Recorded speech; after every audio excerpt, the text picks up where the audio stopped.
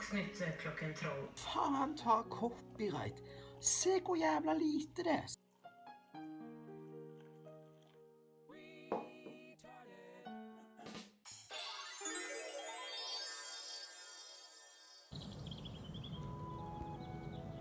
Ja, riktig god morgen får vi vel si da. Her. Dette skal, ifølge værmeldingen, bli en fin dag. Ikke så veldig varm da. 17-18 grader. Men i hvert fall sol skal det komme i dag. Så i dag så skal vi til Balthazar. Ja, vi skal jo først se litt på været. Og så skal vi se en hel masse om EU. Artikkel 13. Jeg var jo på GPS-tur. Jeg var ikke i Europa i det hele tatt når jeg søkte. Jeg kan nesten forstå at jeg ikke fant så mye. Men først så skal vi ha været i San Miguel og i Stavanger. Så skal vi altså få med oss litt om artikkel 13. Og så skal vi til Santa Fe. Det høres ikke så ut så Knut heller er så veldig begeistret for det som skjer med internett akkurat nå. Nei, det er ganske skremmende å tenke på. Altså. Etter nyttår så har vi kanskje ikke internett lenger. Det er en skremmende tanke, altså. Ja, før vi setter over til San Miguel, så må vi jo ta et kikk på været i Øygarden. Øygarden. Nynorsk er ikke min spesialitet. Der ligger Helge Ingstad fremdeles på havets bunn. Og ut forbi så ligger det 2 båter som ikke klarer å tømme den for olje. Sånn er det i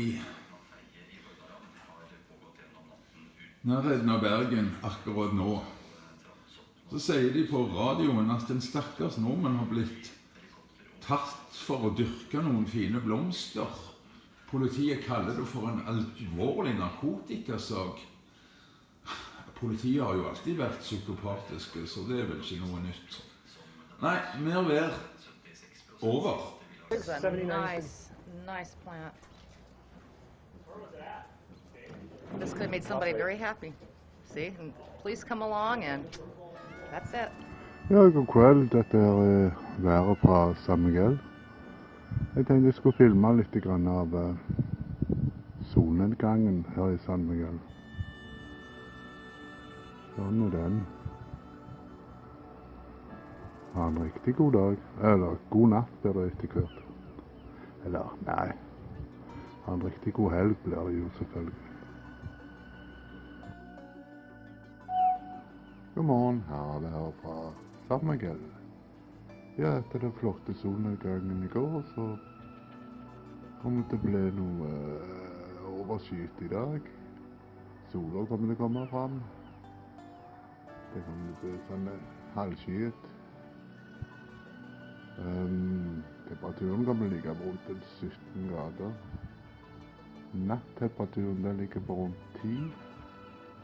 Og vinden den kommer til å ligge på 6 meter i sekundet. Så sånn er været i San Miguel denne lørdagen. Ha en riktig god dag alle sammen.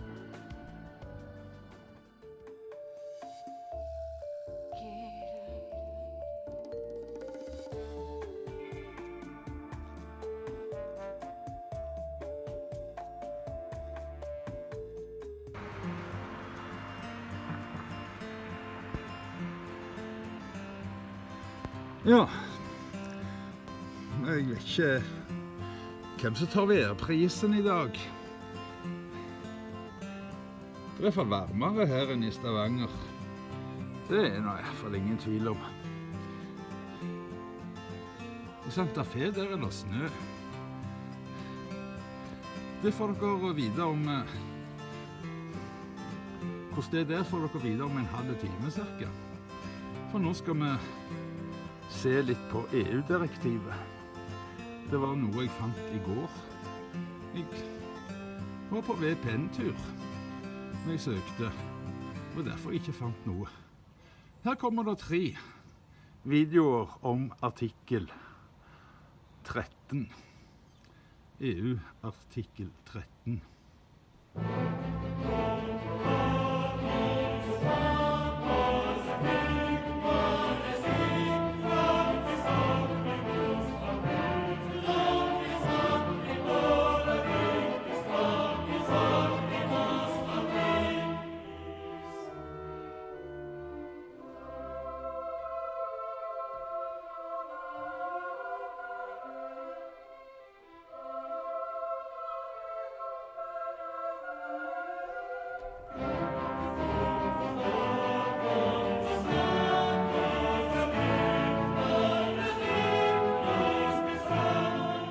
I'm amazed that the BBC has decided to give Article 13 any attention at all, but they have, and now finally this can be picked up by larger content creators, hopefully. I'm actually more surprised a bigger deal hasn't been made about the new EU copyright directive, given how little time is left and how much of a destructive impact it could have on the web in Europe. The usual large YouTubers I would expect to comment on this have been oddly silent. I don't think it's deliberate necessarily, I just don't think they know about it, and with only 12 days left before the EU Parliament will vote on this, we need to make a huge amount of noise, and fast. So, the BBC writes, copyright law could put end to net memes. Yeah, that and a lot of other things online. Memes, remixes, and other user-generated content could disappear online if the EU's proposed rules on copyright become law, warn experts. Digital rights groups are campaigning against the copyright directive, which the European Parliament will vote on later this month. The legislation aims to protect rights holders in the internet age, but critics say it misunderstands the way people engage with web content and risks excessive censorship. This is the problem. Big moneyed interests look at this obviously from a business perspective, but the political actors will see this as an opportunity to enact more censorship controls and inhibit the spread of information by prioritizing the mainstream media. The establishment would win again. The copyright directive is an attempt to reshape copyright for the internet, in particular rebalancing the relationship between copyright holders and online platforms. Article 13 states that platform providers should take measures to ensure the functioning of agreements concluded with rights holders for the use of their works. Critics say this will in effect require all internet platforms to filter all content put online by users, which many believe would be an excessive restriction on free speech. There's also a concern that the proposals will rely on algorithms that will be programmed to play safe and delete anything that creates a risk for the platform. Yeah, sounds like we can expect the same draconian and heavy-handed copyright reporting of YouTube, but applied and policed rigidly and in a very conservative fashion across all social networks. I'm sure it won't be openly abused or anything. A campaign against Article 13, Copyright for Creativity, said that the proposals could destroy the internet as we know it. Should Article 13 of the Copyright Directive be adopted, it will impose widespread censorship of all the content you share online, it said. It is urging users to write to their MEP ahead of the vote on the 20th of June. Jim Kilcock, Executive Director of the UK's Open Rights Group, told the BBC Article 13 will create a robo-copyright regime where machines zap anything they identify as breaking copyright rules, despite legal bans on laws that require general monitoring of users to protect their privacy. This might be one Achilles heel for Article 13. If a pre-existing legal provision prohibits general monitoring of a user's activities online in the EU, that could be enough to make this unworkable. Now, it won't address the underlying issue of the mainstream media and the movie and TV industries from continuing to push forward with their agenda of destroying fair use under the guise of defending their intellectual property rights, but it's a start. Unfortunately, while machines can spot duplicate uploads of Beyoncé songs, they can't spot parodies, understand memes that use copyright images, or make any kind of cultural judgment about what creative people are doing. We see this all too often on YouTube already. Add to that the EU wants to apply the RoboCop approach to extremism, hate speech, and anything else they think they can get away with. Once they put it in place for copyright, this would be disastrous. Yep. And right there is the political angle to this. The EU has already called for monitoring of so-called hate speech and anti-immigration content on social media, as we know, so this will give them the chance to finally remove so-called offensive content through an automated filtering process.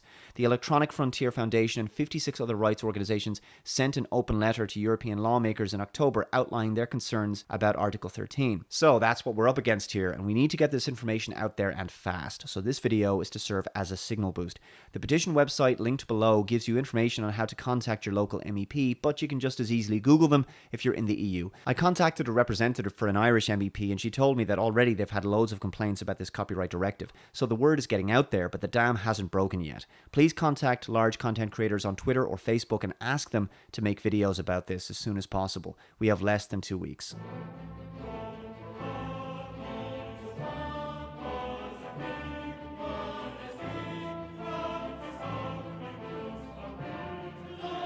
Hello, welcome to your morning show. My name is Philip DeFranco, and today we need to talk about the EUCD. So over the past few months, we've covered the copyright proposal coming out of the European Union called the EU Copyright Directive, aka the Directive of the European Parliament and of the Council on Copyright in the Digital Single Market, and that's why we're going to call it the EUCD. Now the EUCD as a whole is pretty massive, but what we're going to be talking about and what we've talked about in the past videos are specific articles. And to give us all a refresher, some of the big standouts included Article 11, otherwise known as the link tax. Essentially, anyone using snippets of journalistic online content would be required to pay for a license from the publisher. And so this targets automatic link previews that social networks generate when users share links, as well as news aggregators, media monitoring services, and fact-checking services. And supporters of this article argue this is supposed to protect traditional press revenues by forcing people to go to the actual sites. You know, instead of someone linking something on Twitter or Facebook, and you get to see the headline, a small little piece of it, and you go, I don't need to click that, I get the general idea. And in addition to Article 11, the main focus, arguably one of the most contested articles in the EUCD, is Article 13. It's often referred to as the upload filter, and it would make most internet platforms that host large amounts of user-uploaded content directly liable for copyright infringements by their users. And here you have critics arguing the language in the directive is vague, but essentially the idea is that it would force sites to have massive systems in place that would scan all user-generated content on the site for any copyrighted material and remove it. And so among other issues, there are many that believe this could hurt smaller sites who just can't afford to put measures like this in place. But also a big note here is that this is kind of the consolidated TLDR explanation. There's a lot more. If you want to see the deeper dive into the EUCD,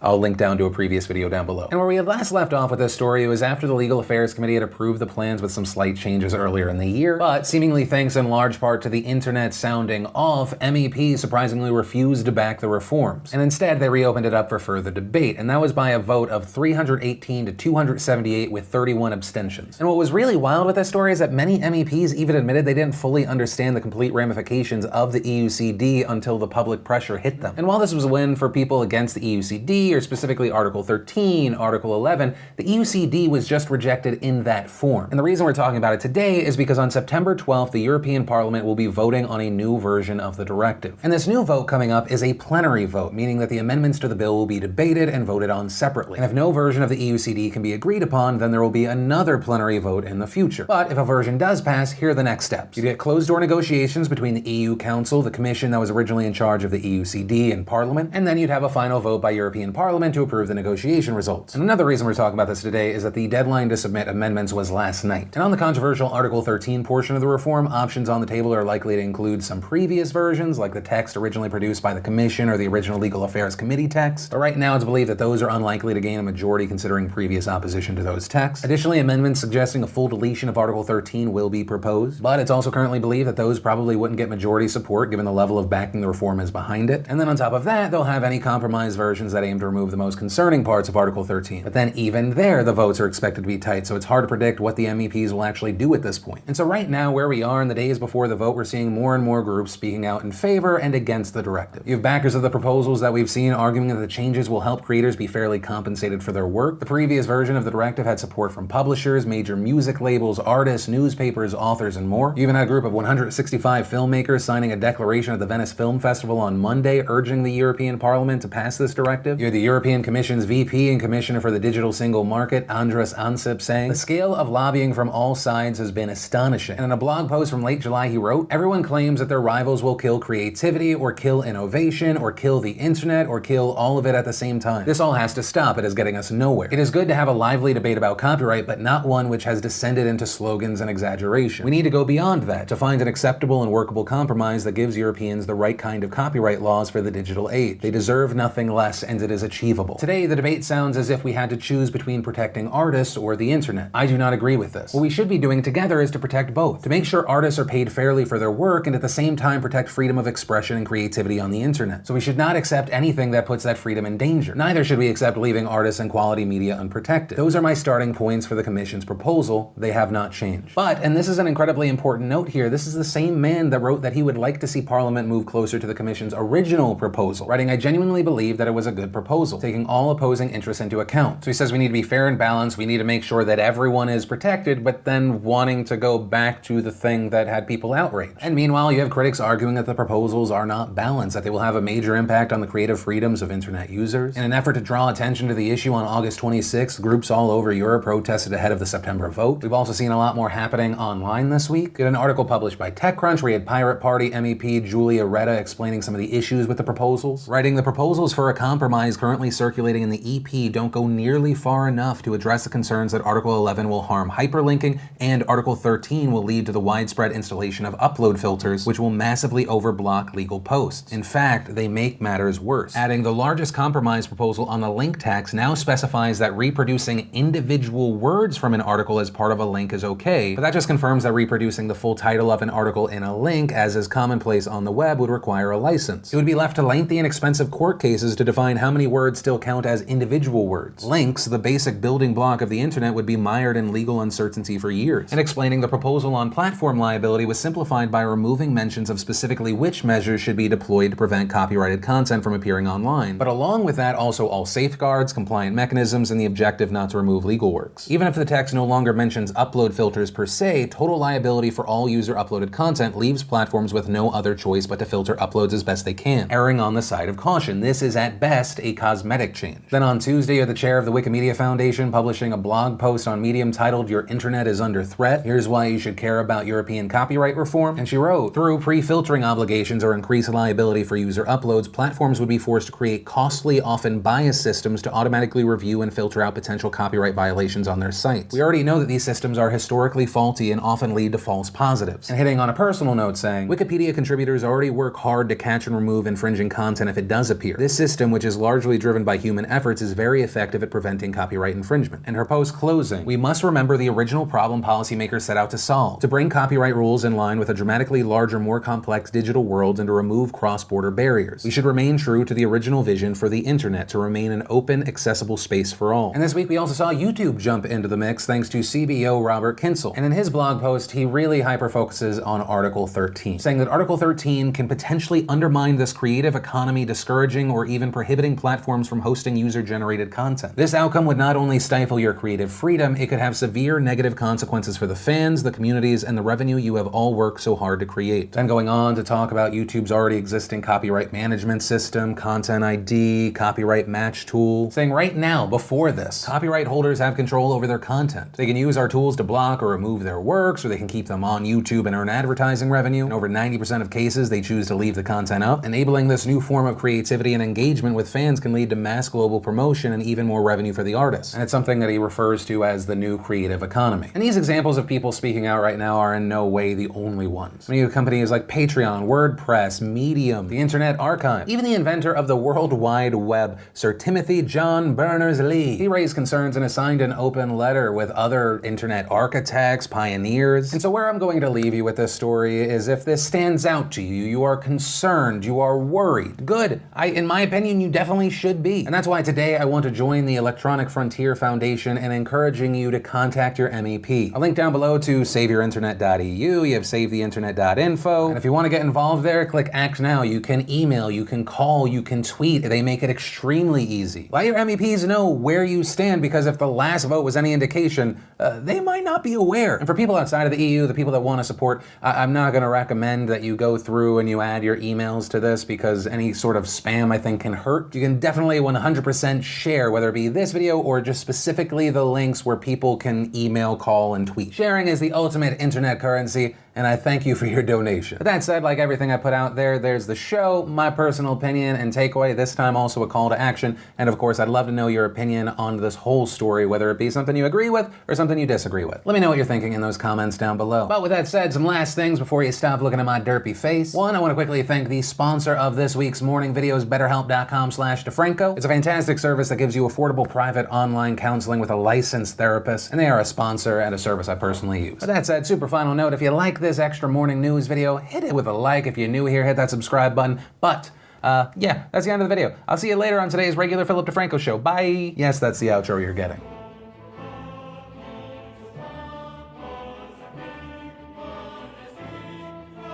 The dark ages of the internet have begun. That's how much the European Copyright Directive is going to change everything you used to know about the internet. From a place of ultimate individual empowerment, innovation and freedom, internet will now be a tool for automated surveillance and centralized control. The European Union's Copyright Directive is another hit that is going to leave a mark on the face of the internet.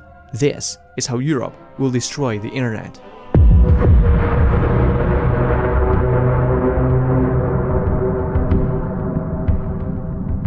Traditionally, those who uploaded content were primarily responsible for its legality. This rule has been discarded. The directive makes online platforms liable for the content generated by their users.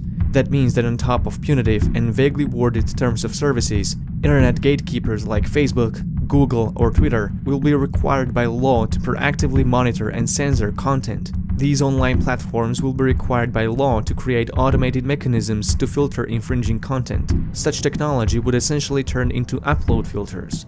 These automated filters won't be recognizing between infringing and legitimate content like parodies, satire, commentary, or other instances of fair use. To balance the flaws of automated upload filters, the directive also requires platforms to build staffed systems for filing complaints for illegitimate takedowns.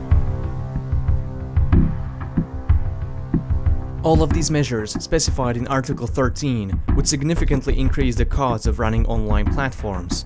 The tight grip of corporate gatekeepers will be even further enforced. By pricing out their competition through legal barriers and costs, Google, Microsoft, Apple, and other tech giants will reaffirm their dominance in Europe. Only big, already established websites will be able to take the burden of the copyright law. It will be difficult for small startups and new alternatives to find investors due to increased risk of liability for copyright infringement. This will reduce the much-needed competition to social media sites like Facebook or YouTube, which have been abusing their dominant positions for years. This copyright law is so punitive, it's unlikely modern internet-enabled technologies and platforms would exist if Article 13 had been in place before. Copyright holders are now granted an ultimate veto over platforms to determine what goes and what doesn't. Emergence of copyright trolls is going to be a daily nightmare that small platforms and independent creators won't have means to deal with. Copyright holders will be able to claim remuneration from any party using their content in any way. YouTube creators are most likely going to be hit the hardest by this, as they'll be treated guilty until proven innocent not only by the YouTube's own copyright system, but by the European law as well. YouTubers' position in Europe is thus going to lose all legal ground.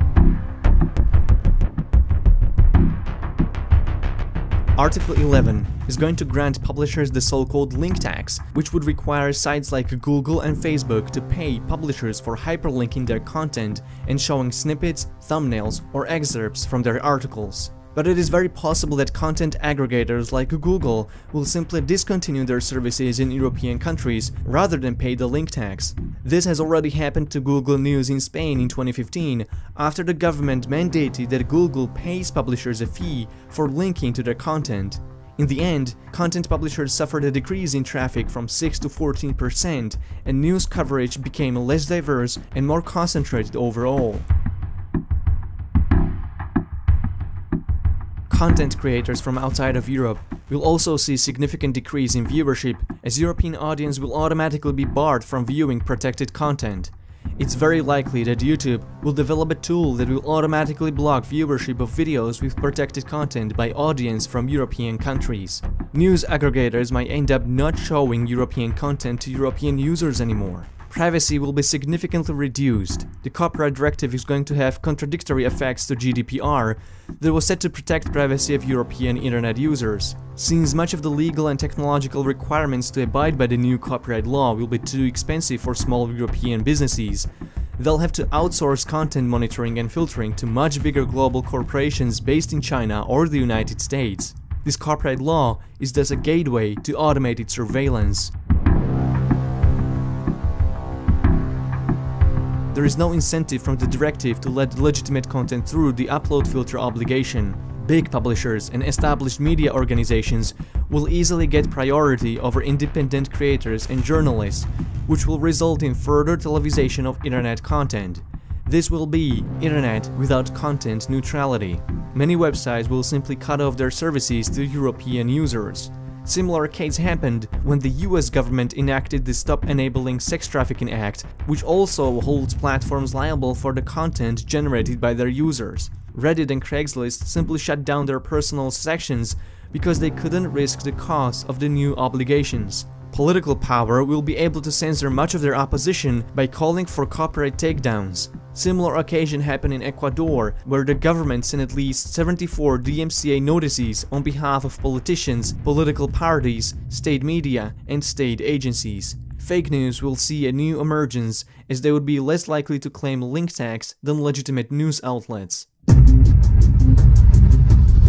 Implications of this copyright directive are so severe. The United Nations Human Rights Council denounced these efforts, saying, "States and intergovernmental organizations should refrain from establishing laws or arrangements that will require the proactive monitoring or filtering of content, which is both inconsistent with the right to privacy and likely to amount to pre-publication censorship." Enacting this law will shift the balance of power in favor of US-based news providers and content hosts. But even they were lobbying heavily against this law. Why? Because Google might be held liable to pay billions to the music industry for the claims they make on various Google services, including YouTube. For 2 decades, publishers and artists have been losing revenue from traditional streams due to emergence of internet-based competition. YouTube, iTunes, eBay, Spotify, and other services have drastically changed how people consume media. Publishers and artists claim YouTube pays them too little for playing their music on their platform. While YouTube pays 67 cents per user annually, Spotify rewards artists with $20 per user annually. Music artists would say this is a value gap that's unacceptable. YouTube argues this revenue would otherwise not be generated because it's coming from people who would not pay for their music anyway. Instead of adapting to the new environment, the industry decided to change the rules of the game that would benefit them. The key player influencing the vote in the European Parliament were German lobbyists. Axel Springer, a major German publisher, has for decades had close ties with German political class, including Angela Merkel.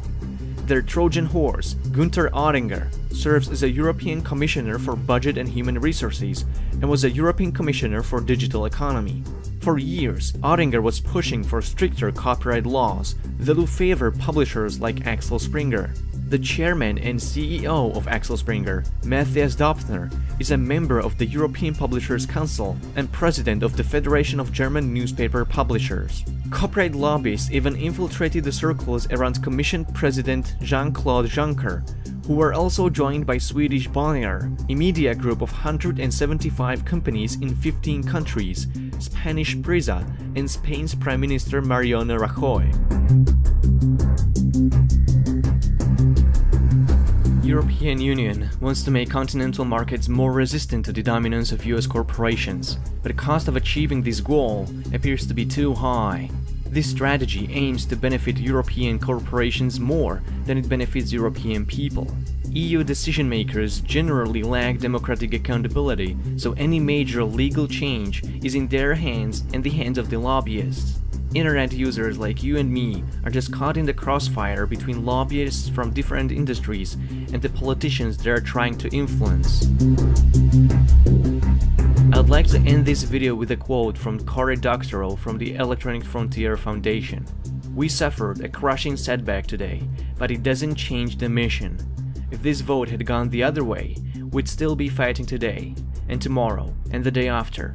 The fight to preserve and restore the free, fair, and open internet is a fight you commit yourself to, not a fight that you win. The stakes are too high to do otherwise.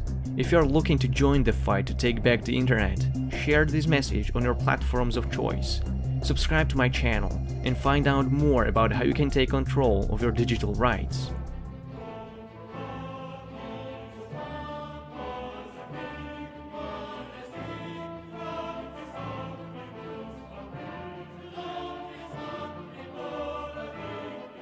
So the first thing that I want to talk about is Article 13. Okay, so what's happening in the European Union at the moment is that the European Union is trying to do their best to help with copyright law, to make sure that people's copyrights is not infringed, which is a great thing. That's something that we're all hoping for. Everyone that's creating content doesn't want their content copied, all right? But the problem is that right now, YouTube, the way that it's designed is that YouTube, under the Article 13 legislation, would be liable for everything that's being uploaded. So if there's a copyright breach within the European Union, then YouTube would be liable for that, and not the guy who's doing the copyright infringement. And YouTube has gone out and said that if this goes into law, what we're going to do is we're going to stop creators from uploading content from within the European Union to make sure that we comply with the law, basically. And specifically, that's channels that are using clips from, for example, news organizations, and I do that. You know, if there's a big news article about a specific aircraft accident or incident that's happening, I'm going to do that. And I also use some segments from other YouTubers, which I then put a description, you know, a credit in the description of the video, making sure that, you know, you guys, after you've seen the video, you can go in and you can check it out and you can see the full-length video. There are normally some fantastic creators out there that I feature, but if this legislation goes through, that will not be allowed anymore. And what will happen is that channels like mine and other similar channels within the European Union is just going to get shut down.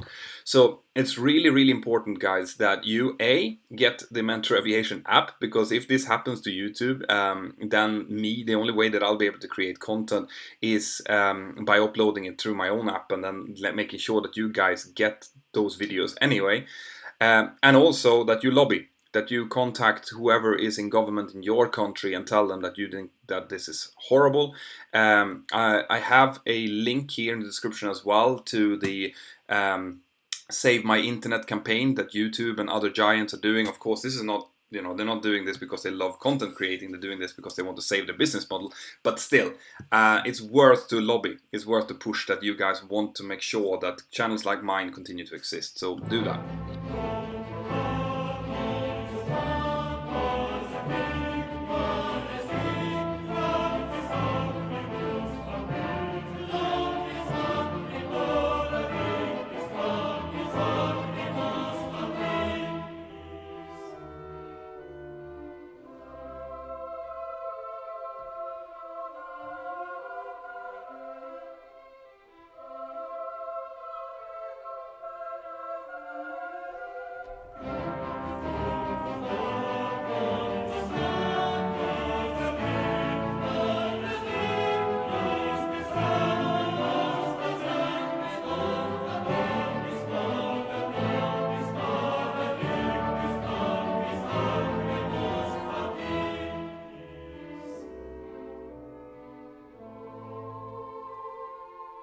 Faen ta copyright.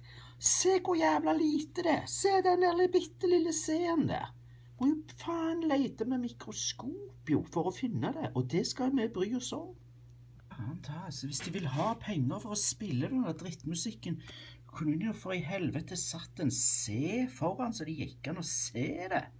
Liksom gå rundt med mikroskop liksom for hele cover, og hvor faen står den scenen? Jeg ser det jo ikke engang. Kanskje her? Nei, eller jo. Herregud.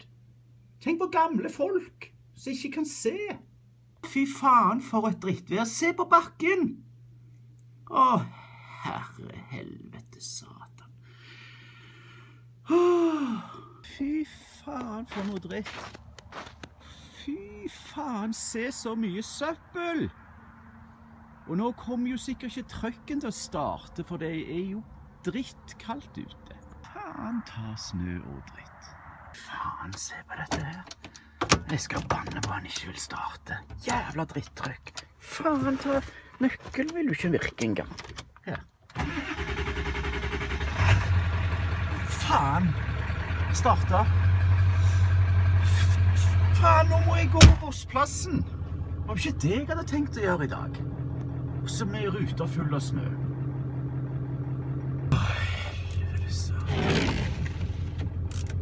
Helvetes EU, der er jeg glad jeg ikke bor. Fy faen. Snart er det ingen som bryr seg om en jævla ting, jo, for i helvete.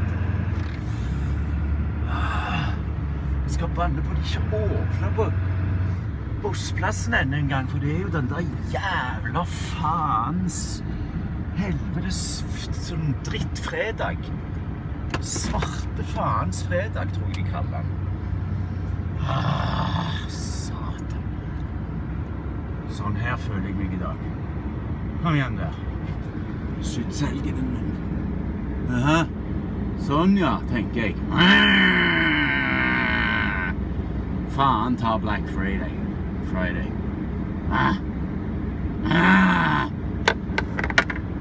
Faen ta copyright. Skriv en større sted, se på for i helvete så det går an å forstå hva dette går ut på. Jævla EU. Forbannet dritt. Helvetes drittsnø.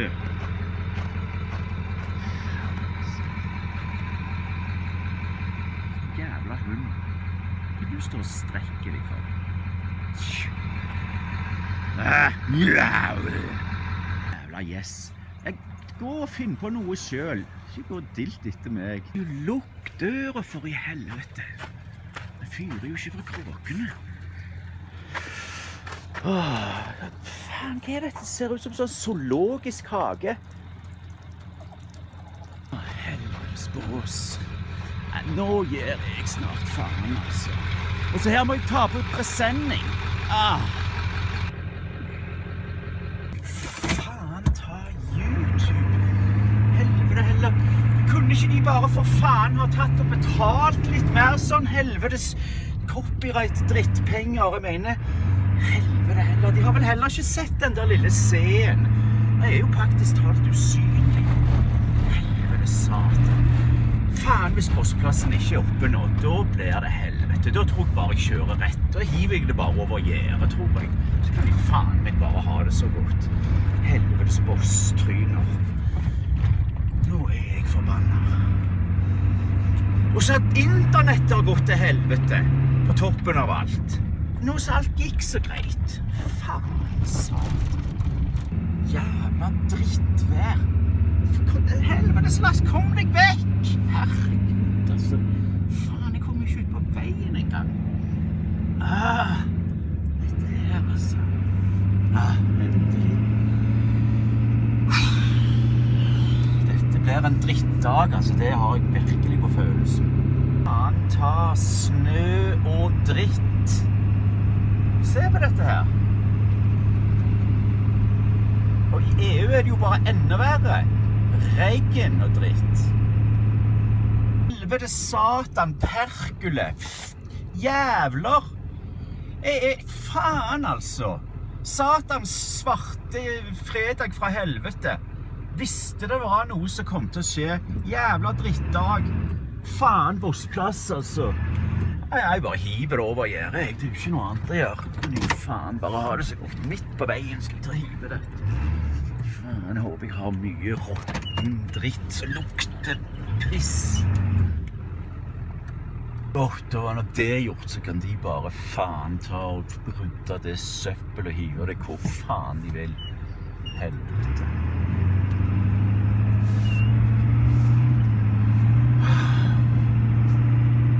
Helvete satans EU. Er det ingen som tenker i den der forbanna klubben? Forbanna byråkrater, helvetes sosialister, kristelige er de sikkert også. Feite, gamle, kristelige sosialister. Og så, faen, hvorfor er ikke bossplassen oppe på en fredag? Fordi det er sånn jævla svartingsfredag. faen for noe piss? Det er jo ikke helligdag. Nei, nå er det bare å kikke etter en høy nok bygning til å hoppe fra, altså. Det er jo faen ikke høye bygninger her, hvor jeg bor. Satan. Nå har jeg druknet meg i elven, men det er jo ikke vann i den engang. Se på dette her. Se på den jævla drittelven her. Skal jeg vise dere? Hva faen skal jeg banne på? Det er bare så vidt litt snø. Se her. Kan jo faen ikke hoppe fra den broen. Hva faen skal jeg gjøre nå? Jeg tror bare jeg går og kjøper meg en sånn 2 liters flaske med vodka. Og bare... Ja, det er jo noe jeg kan hoppe fra. Jeg tenker meg om. Ja, ok. Kanskje det blir en løsning på dette her allikevel. Jævla rødt lys! Skift til grønt, for i helvete! Herregud, skal jeg bli stående? Det var på tide. Ok, nei, nå gidder jeg faen ikke mer, altså. Jeg har brukt halve morgenen på å bare bli kvitt litt grann boss. Men jeg slapp jo i hvert fall å betale for det. Det var noe faen jeg ennå godt, altså. Ha det akkurat sånn som dere vil, der dere er. Jævla EU. Og helvetes dritt og lort. Faen ta. Helvetes drittdag. Bare sure tryner hvor jeg ser, vet du. Faen, altså. Helvete. Kjør for faen! Herregud, stoppe midt i veien! Å, helvete, nå skal han ut, vet du. Foran meg igjen. Kom deg vekk! Kjør! Herregud. Nei, faen. Nei, nå kan jeg jo ikke hente posten, for nøklene ligger jo i den andre bilen. Faen. Det er snø. Jeg hater snø. Faen, du står og logger etter. Ser du ikke at det er snø? Har du mistet forstanden, du også? Har du fått samme syke som EU? EU-syke! Det tror jeg det du har fått.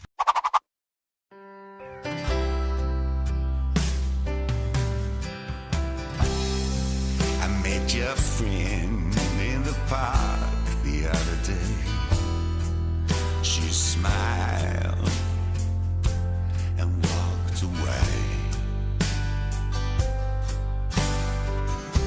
I stopped and tried to find her name in my mind, but it must have slipped away somewhere down the line. 'Cause all we are is memories on parade. Memories on parade is all we are. Someone closes suddenly so far away. Memories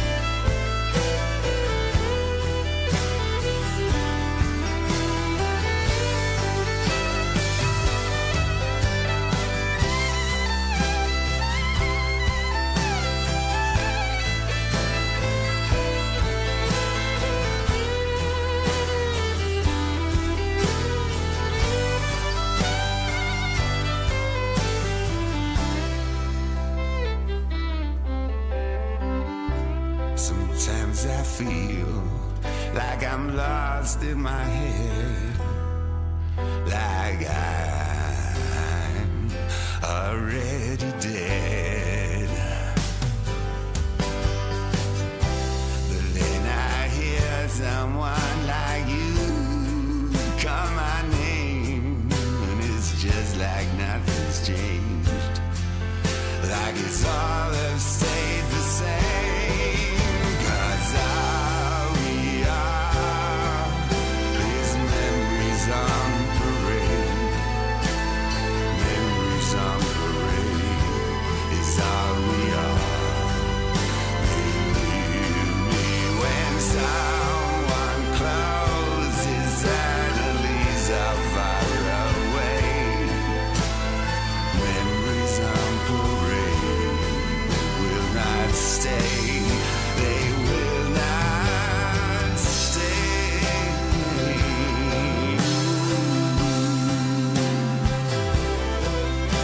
The memories on parade. The memories on parade. They will not stay. They will not stay. Klokken unnskyld. Har du innvendinger mot oss og Kleveland? Altså, det greit å spille gitar, men fy faen. Det er jo fullstendig tussete. Ja, velkommen til dagens kaffeblogg. Så vel egentlig har vart nesten 3 kvarter allerede. Ja, han har vart 3 kvarter allerede. Jeg tok en sang der, for det at jeg synes det ble så intenst med Knut. Men jeg er jo enig med Knut. Jeg liker jo EU da.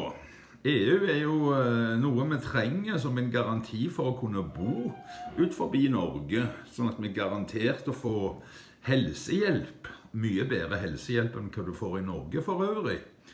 Men vi trenger ikke at EU tar å blande seg inn i vår rett til å bruke internett. Altså, gi faen EU! Nei, jeg liker ikke å banne, jeg gjør ikke det. Jeg tror ikke Knut heller gjør det. Knut hørtes ut nesten like galen ut som Pøgg. Og Pøgg er jo en fyr som jeg ikke orker se på, siden han bare sier fucking this and fucking that hele veien. Nei, man må prøve å holde oss til et hyggelig språk. Men for så vidt, det er nesten det samme hva vi gjør. For 2019 så er jo internett over i den form vi kjenner. Så det er det jo bare... Altså for meg er det ikke noe igjen da, altså jeg er jo nok så seriøse der. Det er ikke noe igjen for meg da. Altså jeg har ikke filene engang. Altså alt jeg har skapt, det går til helvete. Hvis det at EU står på denne her greia de har vedtatt, så heter artikkel 13. Det er... Og det er hedenskap. Hedenskap fullt ut. Ja, det er virkelig hedenskap fullt ut, altså.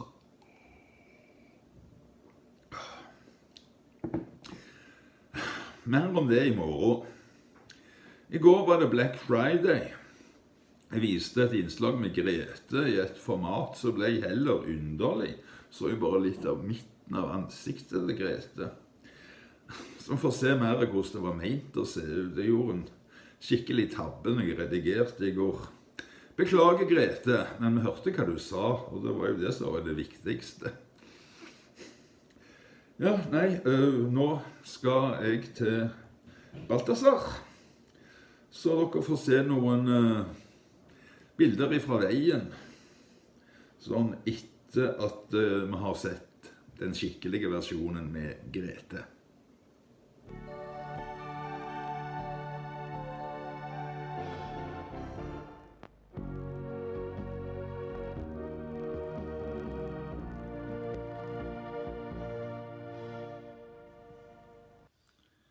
En av de virkelig kjekke, flinke medarbeiderne vi hadde på TV, det var Grete. Og hun har forbannet seg litt på dette her som er i dag. denne her svarte fredagen. Skal vi høre? Hallo? Hallo? Hallo? Jeg vet jo faen ikke om man på eller av. Sola skinner, og det umulig å finne en plass uten sol, ja. Der. Nei, nå tenkte jeg bare skulle si at jeg må bare minne folk på at det ikke grunnlovspålagt, da. Å fly i butikken i morgen på den der svarte fredagen. For det kan bli en jævla svart fredag, og det kan bli svart ut hele året hvis den går bananas på grunn av at de skal lure deg til å kjøpe noe da, som plutselig halv pris. For du skjønner at nå skal de bare rydde butikken for å få inn juletinga sine. Dette bare tull og fanteri. Så her på CC Gjøvik, der hadde de ventet i morgen sånn 21 000 pluss. Så går dit da liksom. Hvem de 21 000 som går på Maxi kjøpesenter, CC, på en sånn hysterisk dag? De river nesten armene av hverandre. De river nesten klærne av hverandre. For hvis du stiller der med en fin jakke, så tenker de kanskje, å ja, den var fin. Så ser de faen ikke at det et menneske inni han en gang. Nei, ærlig talt altså. Det vi hjemme, jeg spiser sånn der kakemann. Og en annen ting nå i høst, det så jækla spennende, også denne her politiske situasjonen i Norge. Skjønner ikke en dritt, ja. Ingenting. Nå skal plutselig KrF, nå har de funnet ut, nå skal de prøve å felle den regjeringen de ville inn i nå da. Hva det de driver med? Nei, jeg skjønner ingenting. Nei, dette her lurer på når de skal begynne å styre dette landet igjen. Det ja, hei Tina, hei Magnus, ja. Du vet jo, noen har tenkt å begynne å styre dette landet. For nå går jo faen meg på hæla løs, altså. Det jo sånn at en vet jo snart ikke hva som riktig og gærent, og hva en skal forholde seg til. For det ingen som sitter og styrer lenger. Alle i krig. Enten det bompenger, eller så det abort. Og nå har de begynt å diskutere. Skal det være røyk eller vin? Røyk eller vin? Og dette... Skjønner du, det en sånn avledningsmanøver, for da glemmer vi alt om abortspørsmålet. Og da vedtar de et eller annet der, at wow, da går vi mot grunnlovens vedtak fra 1818 og brødmangel, om at kvinnes rett til fri bestemt abort, det grunnlovsfestet. Men hvis vi ikke følger med på det, men nå begynner å tenke litt mer på, skal jeg kjøpe røyk, eller skal jeg kjøpe vin? Så har noen glupe huer finnet ut at, ja, men jeg kan kjøpe røyk, men jeg kan selge det på svartebørs. Ja, black price. Så dette her, jeg skjønner ikke hva de tenker på her i dette landet. Det går den veien høna sparker. Ja, da legger det ene egget etter det andre, og så kommer det noen etter. De rekker faen ikke å klekke ur planene sine en gang. Og det eggene, de bare ruller om. Og til slutt så de råttene hele gjengen. Nei, jeg vet da fader, altså. Jeg har i hvert fall fått Mumitroll-kalender av den ene drittungen min. Altså eldste datteren min. Og den skal jeg kose meg med da, hver dag ifra den første. Og fyrer i ovnen, det sånn cirka 7 kuldegrader ute. Det jo ingenting å pese for det da. 7 kuldegrader, det jo ingenting når en vet at det kan bli 20 mer. Så det bare å fyre litt, eller ta på seg litt ekstra klær. Nå skal jeg slappe av litt. Nå skal jeg spise resten av den kakemannen der. Og så skal jeg drikke opp den kaffen her. Og så skal jeg snart hente hun vesla i barnehagen som skal være her i morgen. For i morgen det reiser vi til pappa her. Og så går det ene med det andre. Men en ting i hvert fall sikkert. Jeg skal ikke bevege meg innenfor sentrum i morgen med det der galskapet som kommer til å bli. Rive klær av stativet. Det jo faen ikke sikkert at de klærne passer en gang. Kom med meg jakke som 4 størrelser for liten. finne en eller annen i familien da, som har ekstra smål som kanskje kan passe i julegave. Nei, fy flate, tenk hvor mange som brenner seg på det der greiene der da. Jeg kommer ikke over det der Black Friday. Og i dag så er det Thanksgiving da. Og det feirer ikke vi. Husk på det. Det er amerikansk skikte. Så vi skal ikke dra fram kalkunen vår nå og begynne å også preparere den. Nei da, den kalkunen din, den kan du gjemme til nyttårsaften. Så der Amerika, der har de dette. Nei, nå skal ikke jeg sitte her og chatte lenger. Nå skal jeg bare prøve å finne ut hvordan jeg skal skru av dette her tullet her. Men bare husk på det. Det er ikke lovfestet at du må ut og handle og bruke kortet ditt i morgen. Så ta deg ikke en tur i dag, hvis ikke samme priser. Men nå skal jeg se hva jeg skal trykke på her. Skal vi se. Nå litt musikk til kaffen, ja. Ja, men akkurat nå så blir det musikk til kaffen her, for nå skal jeg spille Usher. Yes. Nå skal jeg spille Usher, og etter det så blir det Justin Timberlake. Og så litt sånn utover, og når barnebarnet kommer hjem, så blir det i hvert fall Justin Timberlake. For hun skal høre den der Let's Dance. Ja. Ja. Her er noen som gjør rent, ja, og May-Britt, hun bor langt oppe i Nord-Norge, der er det kaldt. Og i helvete hopp på. Ja, kos meg. Ja, jeg skal kose meg. Men nå må jeg sette i gang her. Jeg har en jævla oppvask også, skjønner du, som skal tas. Og jeg vasker opp for hånd. Så en klesvask, den skal jeg levere ned til datteren min. Fant ut at det er billigere å sette bort klesvasken til henne, det sparer jeg den strømmen. Jesus. Nå skal jeg trykke på noe her, og så skal jeg se om jeg blir borte. Kos dere alle sammen.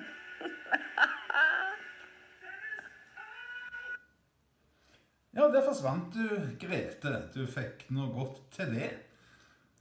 Vet du at jeg også vasker opp for hånd? Både meg og Endre vasker opp for hånd. Så det er 3 av oss som gjør det.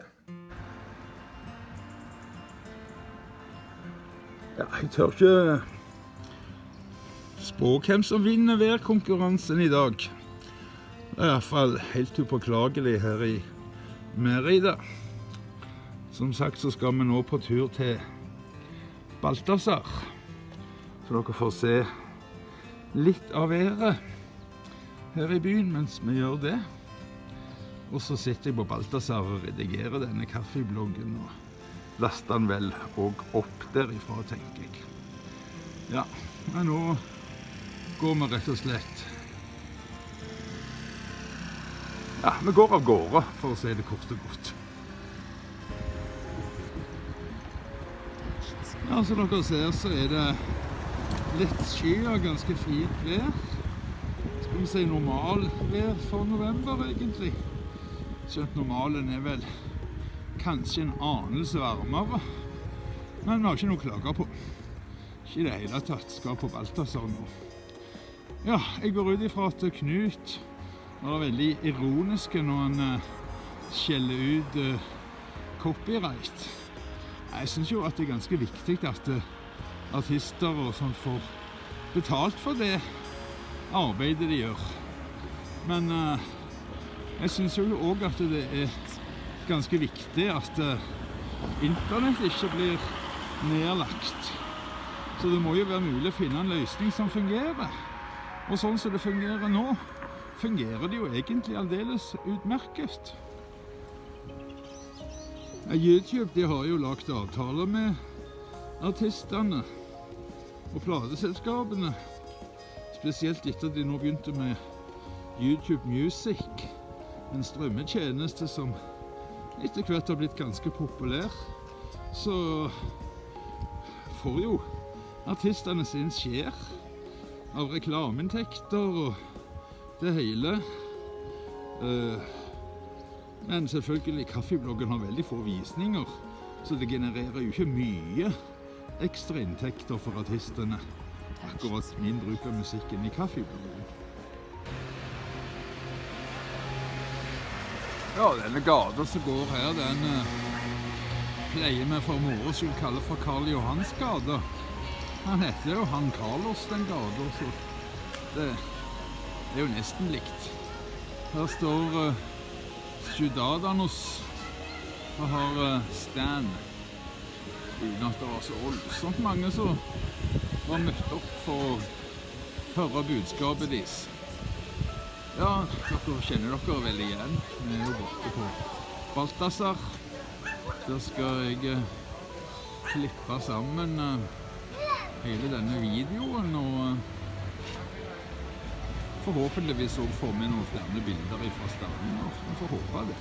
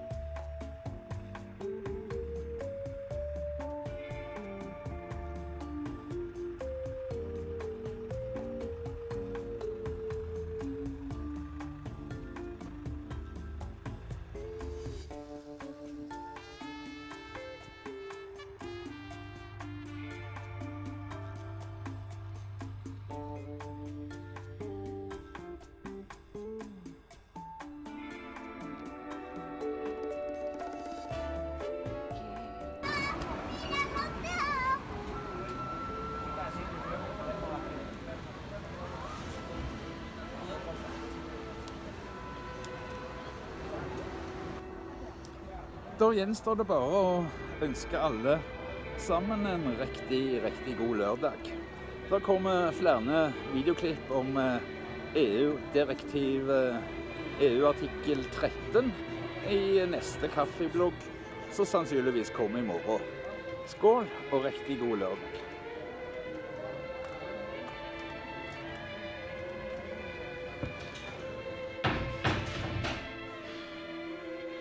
Ja, dere vet ikke hva slags stress det har vært i dag med å lage denne kaffebloggen. Altså, jeg har rendret og fått beskjed om at det er feil, og det er feil, og det er feil, og det er feil. Kanskje jeg skulle gjort sånn som en del YouTuber har gjort, og fått seg en sånn Money-konto.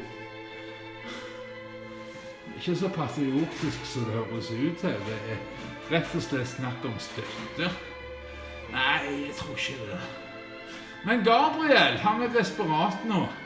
Må hjelpe Gabriel. Han får ikke støtte til bussen sin. Stakkars Gabriel har ingen støtte til bussen sin. Og jeg får ikke støtte til mer teknisk materiell å lage bedre kaffeblogger. Annen side. Hvorfor i verden skulle noen betale meg for å lage kaffeblogger? Det er jo helt absurd. Gabriel, du må forstå at det du tenker på, at noen skal betale deg for en feriebuss, er helt absurd. Sorry, Gabriel. Du får slette meg på Facebook hvis du føler for det, men jeg synes nå er du helt på trippet, altså. Betale deg for at du skal få en feriebuss. Du som ikke engang klarer å levere PC-en, så en viss haugesunder med sunn interesse for ytringsfrihet, hvis navnet er Sindre. Du klarer ikke engang å levere PC-en til han. Skriv nå navnet til campingplassen under denne videoen, så kommer Reodor på felgen og tar deg. Nei, han er en snille mann. Han kommer bare og henter PC-en. Ja, nå skal jeg stresse videre etter det som for meg har vært et jævlig stress, for å bruke ord som jeg ikke liker å bruke på nettet. Jeg har lyst til å være en snill og seriøs mann. Men nå er det nok. Det er mer enn nok. Bollestad? Nei, takk. Jeg vil ikke ha den dritten, altså. Bollestad. Nei takk. Bollestad. Nei takk. Hej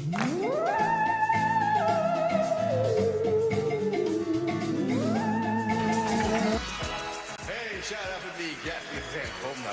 Vi ska kora skönhetsdrottningen mitt framför era ögon. Vilken härlig publik ni är! Flickorna!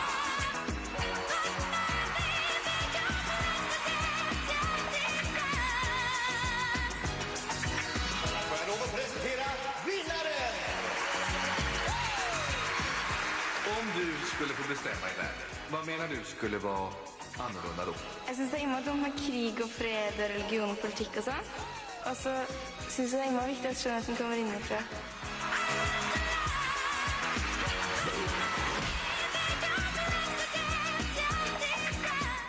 Kaffebloggen i HD og uten lydsensur finner du på YouTube.